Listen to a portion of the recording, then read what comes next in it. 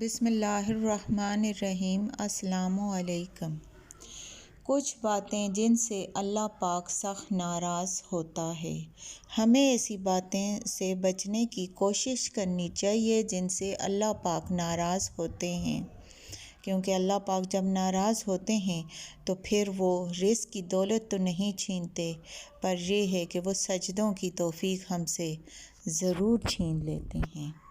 تو ہمیں چاہیے کہ ہم اپنے اللہ تعالیٰ کو راضی کریں، خوش کریں، تاکہ ہماری دین و دنیا سنور جائے۔ تو آئیے میں آپ کو بتاتی ہوں وہ کون سی کچھ خاص باتیں ہیں جن سے اللہ پاک ناراض ہوتے ہیں۔ نمبر 1، اولاد اور خاص کر بیٹی کو گالی دینا۔ نمبر 2، دل میں بغض رکھنا۔ نمبر 3، مہمان کو دیکھ کر منہ بنانا۔ نمبر 4، اذان کے وقت کام میں مصروف رہنا۔ نمبر 5، ماں باپ کی عقل کو کوسنا۔ نمبر 6، نماز کے بعد دعا نہ مانگنا۔ نمبر 7، دسترخوان پر باتیں کرنا۔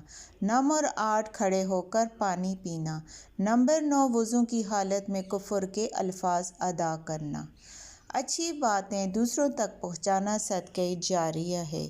صدقے کی نیت سے اس ویڈیو کو شیئر کریں اور سبسکرائب کرنا نہیں بھولنا۔ جزاک اللہ۔